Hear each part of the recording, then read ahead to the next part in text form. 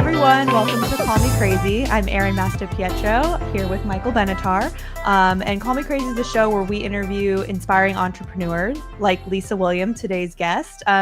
Lisa's like many of us. She's an entrepreneur at heart, always had a side hustle, and finally went out 100% on her own to start her digital marketing company, which we're going to talk about today. Lisa, welcome to the show. Hi, Erin and Michael. Thank you so much for having me. I'm super excited to talk to you guys. Likewise. And I know you have a story where you've been hustling since forever. So do you want to tell us a little bit about maybe some of your first businesses and how you've evolved to go off on your own and start your company today? Sure. So I feel like, they call people like a serial entrepreneur. And so you're going to laugh, but I feel like I've done this my whole life. So I remember this, believe it or not, when I was like 6, 7, 8 years old, somewhere around there. I took napkins, those paper napkins, like just those folded in a square napkins. Yeah. I unfolded them, scrunched the middle together, tied a ribbon around them, put them on a tray, and went to my neighbors' houses to sell them for a dime. And I literally knocked on every neighbor's door within my whole entire neighborhood selling napkins. I mean, who's going to buy one, right? I'm sure they're like, oh, this poor girl. But so that's kind of like where I say I'd like to get started, or got started. In high school, I learned to make, and this is a Texas thing, but we all make garters and mums and boutonnieres for homecoming. And they're these big, huge, fluffy mums with the more gaudy that you can make them, the better, with all kinds of ribbons hanging on them. And I learned how to make those and sell them to fellow classmates and their parents. And then in college, I imported home goods and sold them in a craft shop. I've had a photography business, a cake business, a digital marketing agency, digital designs, you name it. And I feel like I've tried it. So, last year, as we all know, COVID really put a damper on, most people's plans. And I was working for a digital marketing agency, a boutique agency. And I also had a side hustle where I had a couple of clients on my own that I serviced, and ended up getting let go because of COVID. We lost, some big clients. And I just took that as my opportunity to say, I'm not looking for another job. I am going to just bet on myself this time. And I have not looked back. It's been an amazing journey. And, entrepreneurship is this whole up and down roller coaster of, am I going to make the bills this month, or am I not going to make the bills this month? And look, I think that's kind of that whole fly by the seat of your pants for the first couple of months, because I really didn't know what was going to happen. But, the market, you attract where you are in your market. And I feel like that's kind of what's happened to me is I've attracted the right clientele, and it's opened up so many opportunities for me. Yeah. Sometimes you just need the axe to drop when something big to happen and you're kind of forced to go off on your own. I totally get it. With all because I feel like this last year, everybody went online, there were stores that never used to sell online and now they're there. With this influx of people coming online, are you not training people, but are there some clients where they just don't really understand this realm of digital marketing as much? Because I feel like, for ourselves, like you kind of dabble in it all when you're an entrepreneur and you kind of look into it a little bit and see, but are there clients coming to you that, maybe a dentistry, maybe, hey, I've never done this, or telemarketing, telehealth, like those doctors now need to advertise. And there's this whole realm of business professionals that never knew they needed this. Do you see that influx as your clientele, or how's the clientele right now? Oh, absolutely, Michael. I definitely see that. So one of my clients is a doctor, believe it or not. And I do social media marketing for him and digital marketing and emails and, campaigns and all of that stuff. And so I think what I see, and I'm in this space too, like when I was learning how to do all of this, I was creating my own brand. I was creating my own podcast. I was creating my own stuff. And you have to figure out how to market. And so you have to focus on what you're really good at as a business. And whether it's being a physician or a dentist or selling ice cream, whatever it is, you have to focus on that. And there's only so much marketing that you could take. There's only so far that you could take your marketing. And I feel like that's where someone like me comes in. And what are some of the biggest mistakes, like top 3 mistakes a lot of people are doing right now that might run their own business? And, even for myself, like, you only can see so much, and it's really hard to sometimes see the whole realm of like what your marketing looks like, because you're so in it. And it's nice to have those outside eyes kind of, oh yeah, you really need to do this a little more, this a little more. But what are the 3 things, or even more? I mean, list goes on, I'm sure, but what are the top 3? Oh yeah. So marketing, digital marketing is omni-channel. And I think people get focused on one platform, one way of marketing, one style of marketing. And I don't think they look at the big picture. And so, one thing I will say is you can't just spray like a fire hose. And so you have to narrow down where your real target, where your audience really sits. So if your audience is young and hip and on TikTok, then you should be on TikTok or Snapchat. If your audience is more of a business or a B2B space, you should be on LinkedIn. But for me, my personal brand, I post on other platforms, but I really focus and engage on LinkedIn, because that tends to be where my audience is. And so I think what happens is businesses and brands think, I need to be everywhere. I need to post on every platform. And then your bandwidth is really spread thin, and you're spending, marketing dollars, you're boosting your advertising, you're doing all kinds of things. And it's like spraying like a fire hose. And really, so I would say is pick those 1 or 2 platforms that you really know that your audience is going to be at, and engage in those platforms. And when I say engage, Michael, what I mean is, going on, inviting competition into your world, going on and posting and commenting on their post, posting and commenting on potential clients' posts, really engaging, because there's so much opportunity out there.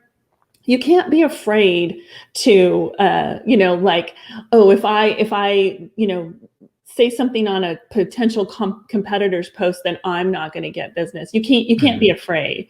So first thing I would say is, don't spray like a fire hose. Really hone in on whatever 1 or 2 platforms that you really, that your business really fits well in. Before you go on number 2, what are some of the, because there is, automation that you can get to like and comment and do all this, but there's also the real person going in and doing it. And I was thinking that. Well, the real, like when I go in and comment and do that, it takes a long time. It's not just like, hey, let me do this. It's you're reading, you're swiping, you're rolling, you're scrolling around. Like, how long do you want to spend on this? So how are you efficiently doing this for clients? Because I think that's a tough one for a lot of people. Do you have a huge team that's just, because honestly, we just hired a social media manager for our company. And, she could probably spend hours on there and, typing away and doing all this. Right. And we thought we were spending a lot of time before, but she's taken it already to the next level. And she's already been with us for what, 3 weeks? 4 weeks. Yeah. We've already seen a lift. So there's so much potential.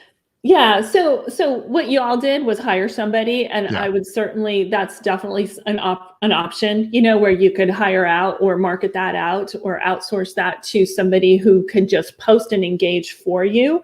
And there's all kinds of VAs and, social media people out there that you could do that.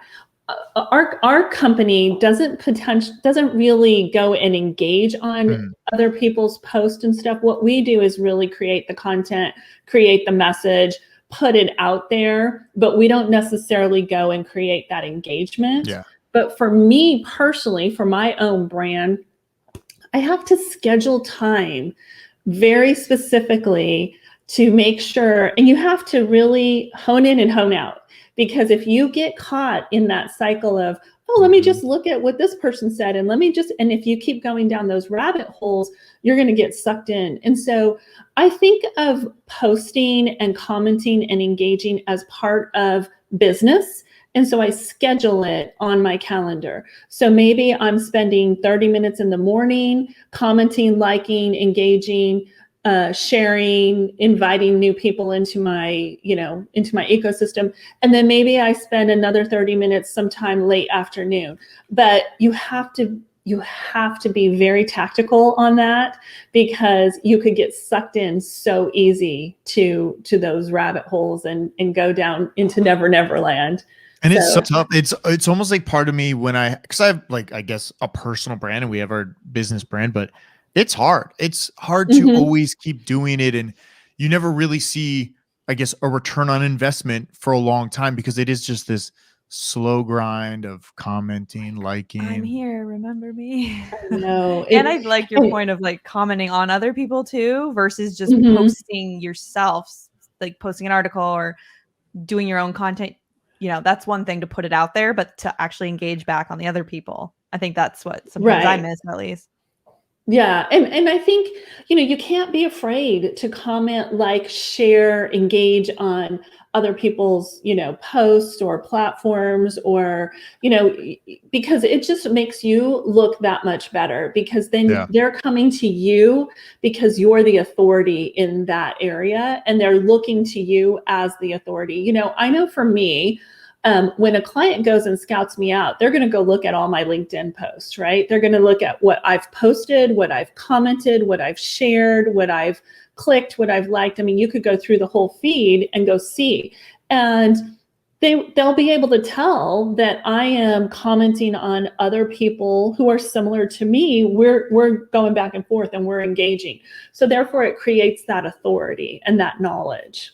Yeah. So, and that helps too, because that's what you want online. You want to be kind of that authority figure or that leader in the space, because then you get the trust, you get everybody behind you, and people are sharing your post. And that's what really helps when people want to share.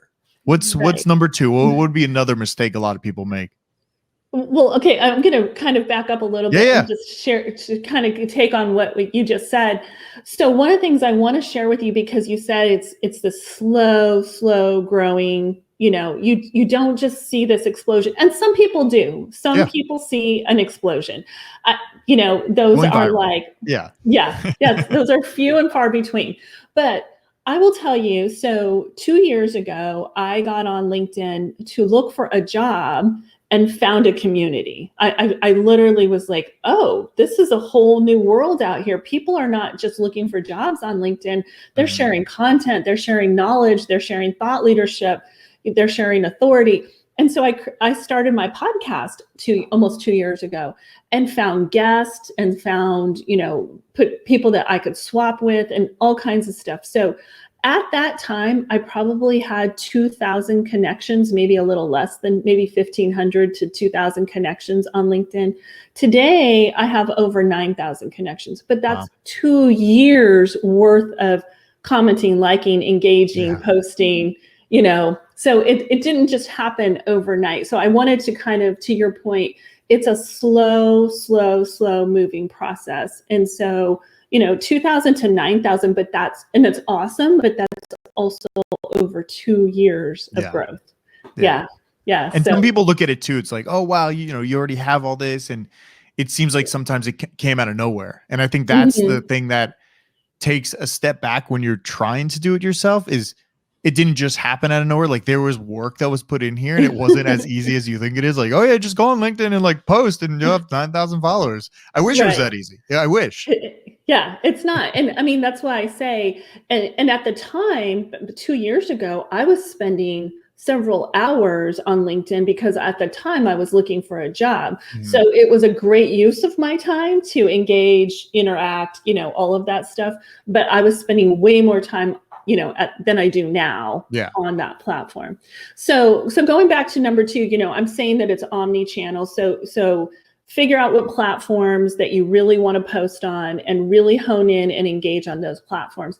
The second thing is, it's not just social media. Marketing is not just, digital marketing doesn't just happen on social. To be honest with you, 90%, 80 to 90% of the sales that go on happen offline, and they happen on through an email list. And so My second suggestion would be people don't think email is important today because you could text, because you could private message, because you could DM.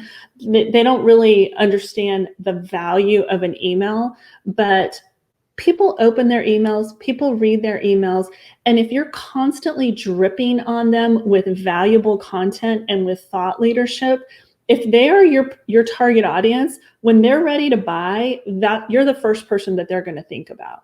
So email marketing is still relevant, it's still vital, it's still very important. And if for anything else other than to stay top of mind.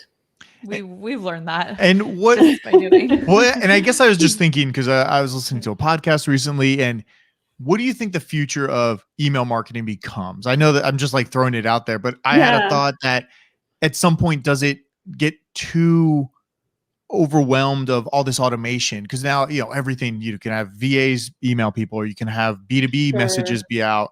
Where do you see it going? If anything, does it change, or is it just a hyper focus? Because now you see these Slack channels that are community based, and maybe you have your tight community in there. You have it in Facebook. So it does become this weird, like, where are my people and how many, I don't know. It's just it's almost overwhelming sometimes when I think about what is next.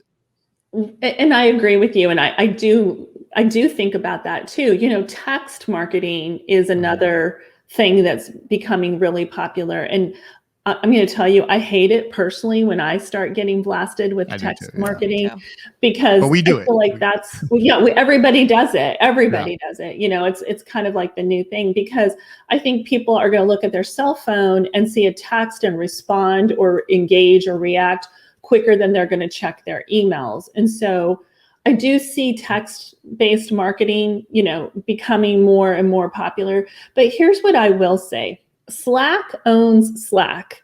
Facebook owns Facebook. Instagram owns Instagram. LinkedIn owns LinkedIn. If you have groups and you're engaging in those groups, and this just happened just recently, and it's all kinds of news about it, and you lose access to that group because for some reason or another, that platform decides to take you off or slow you down or cut you off or whatever, you lose engagement with that audience because you don't own that audience. Mm-hmm. You own your email list. Mm-hmm. So that's one way that I would look at it is, I don't know the future, honestly. I wish I had a magic ball, crystal ball. That'd be great. I will say, I think we as consumers are probably going to get more and more used to the text messages coming through. And I wonder if they're going to segment them out to, like, how your emails primary and updates and promotion. Does text they do? Yeah, they already have it in the Apple. Oh, I would love to update that. I guess I'm. It's all messages. Yeah. Oh, I'm so behind because I'm like, it's crowding my personal messages. Like, they're okay, but not if they're like mixed in. What platform do you use right now currently for your email marketing? So right now, I'm a huge fan of HubSpot. I'm actually a partner with HubSpot. And so I use HubSpot for myself and my clients to build out their newsletters, to build out their drip campaigns. You could use it for landing pages. You could use it. It's a great tool for both sales and marketing, and for a CRM as well as, marketing. And I'll tell you why. Go ahead if you no. It mostly for B2B business, correct? Not for consumer, because I was like, I don't know if that would work as well for like a online brand emailing people as much. I don't know. Here's a couple of things that you can like take away from, and it doesn't have to be HubSpot. It could be any platform, but this is a couple of things that you could take away. In HubSpot, I could put a proposal together. I could upload the proposal into HubSpot. This is for B2B. I could send it to my potential client. I get notification when they've opened it, how many times they've opened it, how many times they've read it. So here's where I will say, even if it's not in a B2B space, even if it's in a B2C space, you get notifications when they're reading your emails. Mm-hmm. So what if you see this notification come through and they're reading your email and you pick up the phone and you hear, saw that you just, or you don't even have to say I saw. You could just have that up there. Hey, I'm watching you read the email right now. Here I am. Yeah. But if you don't even say that, if you just say, hey, I just wanted to follow up and, blah, blah, blah, blah. So there's that opportunity to do some of that. So that's one of the things I like about when you're getting notifications when somebody's opening or engaging or reading your email. So I've never really used HubSpot, but I've heard it gets expensive as you continue to expand all the additional options. Is that true? Because they're like, it's free to start, but then they get nothing you. is free. Yeah. And I think that's with any marketing platform, with any email platform, it's the same thing with MailChimp or with Constant Contact or with iContact or with Drip or, with any of these. And I've used all of them because when I'm working with clients, if some clients have a different platform, I'm working on that platform with them, to engage. So not all my clients are on HubSpot. I'm on HubSpot and a handful of them are. But anyway, so yeah, I think that's just the nature of the way email marketing is. The bigger your list, the more expensive it gets. One of the things that I recommend is, if you have a list of 10, 15,000 people or more or whatever, is that really your audience? Are they really your target? And so one of the things that I've done with a couple of my clients is we've cut the list and we've said, if they're not engaging, why do we keep sending? Why do we keep trying? If they haven't opened an email from you in a year, they're not your audience, So, it sounds great. I have a list of 20,000 emails. Well, if only 5 are opening it and really engaging, then you don't really have a list of 20,000 emails. You have a list of 5. Yeah. And that's always hard too, because you have such a big list and then you can kind of like purge them out a little bit. But there's always that part of me that's like, I don't open all these emails that I get sent. But occasionally I'll click into one and I'll be like, okay, what's here? Or maybe I won't open it for a while because I don't know. I sign up for a ton of emails because I'm interested in email marketing. So I'm kind of learning through signing up for a million promotions. So I have a ton. I don't go through them all, but there is something where the backside of me is like, oh, do I really want to get rid of all these people right now? Because I feel like maybe one day they'll open it up. But I get it because it'd make it easier because then hey, wow, my open rate went from 20% to like 45% because I purged all these people that don't even open the email. But yeah. And we've created emails that said, do you want to continue to get these emails? Basically, is what we've said. And if people say no, we're taking them off the list. I mean, there's no reason to start to send those. And like you said, your open rate stays low, and then you kind of curate that list and cut them out, and then your open rate goes up because now you're really engaging with the people that want to engage with you. So that's helpful. It is. Because then these people are actually going to open and read it. Right. So going back to the omni-channel, so it's not just social, it's not just email. It's really listening to your audience and hearing what they want. So, Clubhouse is a big new thing right now. And everybody wants in and everybody wants to engage and all this stuff. And they kind of make it like this exclusive club. And so one of the things that I've used Clubhouse for is just dropping in and listening to the questions that people are asking, writing them down and creating content around that. So I would just say, listen, go on the platforms that your audience is at. If they're posting questions, if they're engaging somewhere, whether it's Reddit, whether it's Snapchat, whether it's Clubhouse, wherever they're engaging and they're asking questions, that's a great idea for you to create content around. Because if you know the answers and your company, your business, your brand services that answer, create content around the questions that your audience is asking. So it's listening. Yeah, well, that's good too, because then you exactly know, or it's like easy content, so you don't have to think about all this content you have to make later on for somebody. You just go right to the source. Yeah, I love it. Yeah, and then I'm going to actually throw in a little other bonus little nugget here. Yeah, is you don't have to create new content all the time. So one of the things that I really like to do is a hub and spoke kind of marketing. So you create one or two big pieces of content, whether it's a blog, whether it's an ebook, whether it's a case study, whatever it is.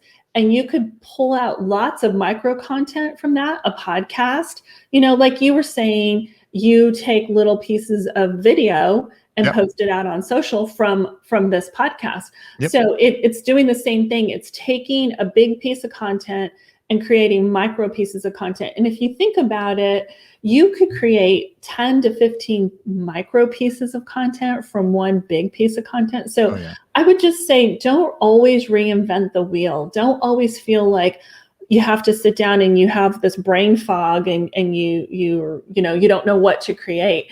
And then also repurpose the content that you already have out there. So maybe you wrote a blog post 2 years ago, and a lot of the content is relative, but maybe one or two paragraphs is not today.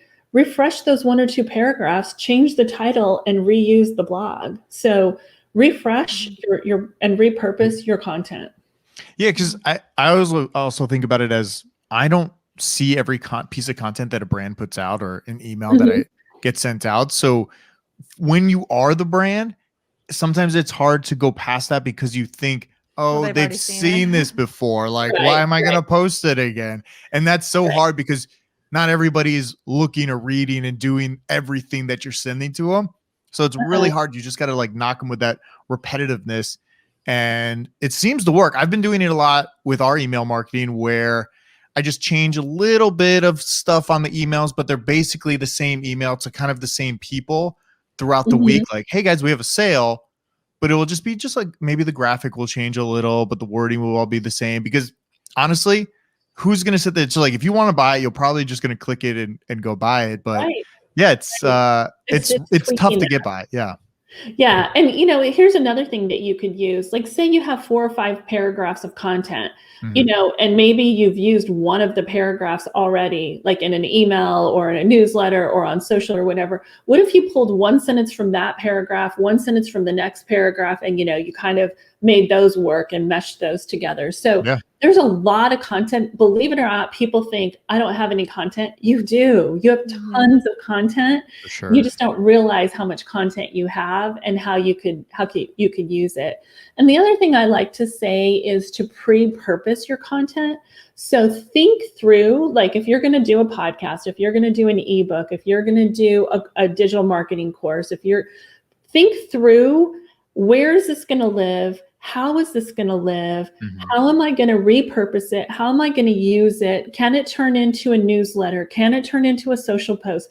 Can a blog turn into a podcast? Can a podcast turn into a blog? So think through how to pre-purpose your content, where I could use it and make it work for me. It's such a good well, yeah, it's strategy. It's just thinking. It's like taking the time to think about all the content instead of just doing the content, which is the hard part. But I guess it's not the hard part. Like, this is not hard what we're doing here. This is fun. But I guess for me, the hard part after this is I got to go back and edit, and then I got to see, where all the clips, like highlight them all. But it's definitely something where you have to realize it, because I think that's the hardest part, is realizing, oh my God, I have all this stuff that we can do. Like today we posted a really fun thing on Instagram, and Michael was smart and did what we were just talking about, and he sent it out on an email, and I'm like, that's a great idea, because all of our email subscribers, they don't really get to see our Instagram reels. They're not really on the same channel. So now they get to enjoy this video that they wouldn't have seen otherwise. And I was like, that was easy. Good idea. I mean, I think it was easy. I don't know. But that's a perfect example of repurposing. And I was like, good job, Michael. It is. It's a perfect example. It's taking something that you already have and thinking through, but you have to kind of back up before you create the content and go, what else can I do with this piece of content? And that was a perfect example, Aaron, of what you just said. I'm going to post something on Instagram, but hey, if I add a little text to it and I throw in a little this and a little that, it's a great newsletter, So, and get them engaged, because I almost feel like all these pockets of networks are kind of their own customers, like they don't really, maybe I don't browse on TikTok, but I'll browse on Instagram, and those TikTok people still want to engage, but you have to let them know that, hey, there's other content over here that you can go see. And it's hard. It's almost like you are marketing to all the channels, and everybody is so different in all the channels. I know you're really big on LinkedIn. Do you have any clients or thoughts on how to utilize Facebook to reach customers? Because I believe a lot of our customers are using Facebook more so than LinkedIn or even Instagram sometimes. But Michael and I just feel like we haven't gotten a full grasp around it. So any favorite ways to engage on Facebook? Sure. So one of the things that I will say is people feel like because ads, and you get bombarded with ads, and Facebook even wants you to put ads out. So people think, oh, I could spend $10, I could spend $20 to boost this, to share this or whatever. Unless you have a big marketing budget where you could spend a couple of $1,000s in a month's time, I would refrain from really spending money on ads until you start ramping up your organic content. And I mean, if you're posting organically and you're not getting engagement, why are you going to spend money to boost or to advertise to try to get engagement? You know, so really make sure that your content is getting engagement organically first before you spend money on ads. But you know, there's so many different ways. So, you know, you could have groups on Facebook, you can invite them to private groups. You know, it's really more than anything, it's about the content and the engagement. It really is. And so here's just a perfect example. Like for me, I go on LinkedIn and I create connections. I might send a private message. I might go look at their profile. And this is where it gets time consuming. And it's the same thing on Facebook. It's going in and DMing them, but you have to find that common ground on, you know, look at their profile. Don't just blast them. And it's an individualized, you might have some copy that's already kind of pre-made where you're kind of filling in a little bit of the blanks, but people don't want to get spammed. You get spammed, I get spammed, we all get spammed. If you could kind of personalize that just a little bit, and it doesn't even have to be a whole lot, but hey, I saw that post of your puppy. It's so cute, you know, or something like that, where you're just adding a little personal touch. And this is where you have to really schedule your time to create that engagement, you know? Yeah. That makes sense. So you have a free PDF on the 10 digital marketing trends for 2021. Do you want to give us a little nugget from? I feel like she just gave us. Well, I know, but like, what do you see the trends being? Because I feel like there's so much coming on for this new year, and everybody's trying different things, and you know, we're still kind of like not like totally locked down, but we've gone to this comfort zone where we all are working from home now. Sure. So my first one that I post on there, and the most popular one, and it hasn't changed in the last year to year and a half, is video. Video marketing is really, really vital. If you're not using it in a business, in a brand, in, you know, an entrepreneur, you're really missing out, because and if you could do video with text, that's even better. You know, if you could have the transcription down below, that's even better. But it's okay if you don't. But how many times, and I know I do this, and I'm sure you probably do this, you're scrolling through your feed and then something catches your eye, but it's a video. It's more than the picture. It's more than the text. And you're going to spend that minute or that half a minute watching a video. So I would say, don't discount video. If you could go live, go live. And here's what I will say about going live. We're all scared and fearful about what other people think about us or what they're going to say. And if we have something really valuable to share, and really, if we have a lot of knowledge and a lot of thought leadership on our particular subject matter, you should be sharing that. You should be sharing that with your audience. They need to hear that. That's what you should be doing. And so I would say, go live if you're comfortable going live. But if you're not comfortable going live, definitely do videos. How are you incorporating video into kind of your personal brand into these my days? personal brand. And so I have a little marketing minute that I post a couple of times a week on social. And I'll just say, like, do you think email marketing is dead? And then I have my little intro, and then I'll say, it's really not. And, I might talk and I don't make them longer than a minute. And then I do what I call a live podcast. I call it Friday Live, every Friday on LinkedIn and Facebook. And so I bring on a guest, I interview them live on both platforms. It's broadcast to both platforms. And then I later, 2 or 3 days later, go take that down and turn that into a podcast. Cool. I didn't know you could go live on LinkedIn as well. Yeah, we can. Yeah. This thing we're using, StreamYard, can go live on LinkedIn everywhere. That's awesome. It can go YouTube. You can push it out to YouTube, LinkedIn, Facebook. And then there's also like a custom way where you can actually do it to YouTube as well. Not YouTube, Instagram. Oh, because Instagram is a tricky one, and I figured out a way where you can actually go live and also go live on all the other platforms, but you have to like put it in. It's some other website. We should do it. Yeah, it's but yeah, we don't go live enough. We actually just did our first live last week. It was fun. We did like a doggy wine tasting. What do you think the impact of the lives are? Because I always find that even when I tune into somebody that's really popular and has a lot of followers, there's like 100 people in the room, but they have 2 million followers.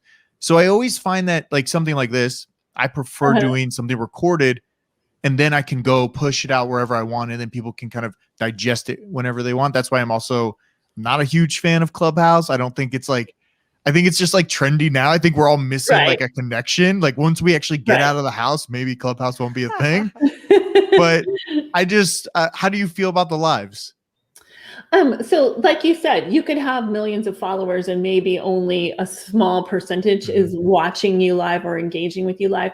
That's why I take it down later, because I turn it into a podcast. So, and then I'll say, if you missed my live interview with such and such, guess what? I got you covered. It's now a podcast. Nice. And so I think there's other ways to utilize, record that live, which it's great. It's fun. It's interactive. Maybe a handful of people watch it, but taking it down at a later date, or just saying, we're only going live, this content will be recorded and put into a podcast or pushed to a digital marketing course or whatever it happens to be, but, taking it down later. And one more question. Sorry. The Zoom, like the Zoom lives or the Zoom events, how are you feeling about those? Because we're about to do our first Zoom event. I always find them very clunky, very like, okay, get in the room, turn off your camera, turn off your microphone. It's not fluid. Like when you just join into Instagram Live, you're just there watching. You have no option to join the conversation. How are you feeling about these Zoom things right now? I have a love and hate with Zoom because, we need it in today's world, right? Or something like it. Yeah, we all Google say Hangout, Zoom. whatever. It's becoming a verb. Zoom is becoming a verb, just like Google became a verb. And so I think we need it. I think it's important in the space that we're in today to engage and interact with people. It is very clunky. First of all, your audience can't interact with each other. Nobody could talk to each other because you're talking over everybody unless you do breakout rooms, and then you're in rooms with only certain people. And, it is clunky. I mean, nothing replaces a live meeting or a live event, nothing, because you have that opportunity to engage, to interact, to network, to, see somebody face to face. It's nothing replaces that. But I think it's a great alternative. I think it is clunky. I think, and how would you ever make it where you could interact with other people? I guess you could just tag them and say, hey, let's go to this room together so we can talk privately. That might be something, or sending them a private message, through the Zoom chat and saying, here's my email, would love to talk to you offline. Yeah.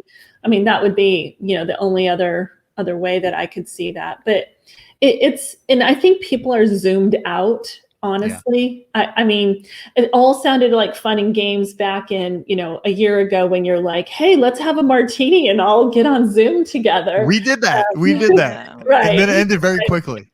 Yeah, at 2 p.m. Yeah. But yeah, it's I think people really need that face-to-face interaction. And I mean, I don't know how that's going to play out over the next year. Hopefully it will get, a little bit easier for people to do that. Yeah. So Lisa, we always end the show with our call me crazy question, and your background is so, all over the place. I'm dying to hear when in your business or life did you make a crazy decision? Or your friends might have, thought you were making a weird move. I'm making a crazy decision right now because I just booked a trip to go live and work in Costa Rica for the next month. Oh, that's great. So cool. That's a crazy decision. Yeah. Love it. I leave I leave next month. I know. Can you pack your bags? I leave next month and I'm gonna stay there, and I'm gonna work there for a month, and I might stay longer, but it's something I've wanted to do my whole life, and I'm super excited. So I think it's a little crazy, a little risky, a little different, but I'm going. That's so cool. That's one of the benefits of being officially your own boss. It's the benefit. Work from whatever. Yeah. I always feel like Costa Rica is like the one place where people go and then they actually just move there. They buy a house or bed and breakfast, and they never come back. People love Costa Rica. I've never been. Is the time difference, how much of a time difference is it from where you are in Central time zone? Yeah. Because it's straight down. So so you're not, you're getting a whole new culture, but you're not, so far sleep deprived. Yeah. That's very desirable. Cool. So like I said, I might not come back. I don't know. I might. Well, when we do our next live podcast, maybe you'll be tuning in from Costa Rica. Yeah, maybe I will. Well, Lisa, thank you so much for coming on the show. Your website, it's simplydigital.com. We'll also link the free PDF to the 10 digital marketing trends for 2021. Everything will be in the description. We appreciate you coming on the show. Thank you. Thanks. It's been a pleasure. I appreciate it. Thank you. All right.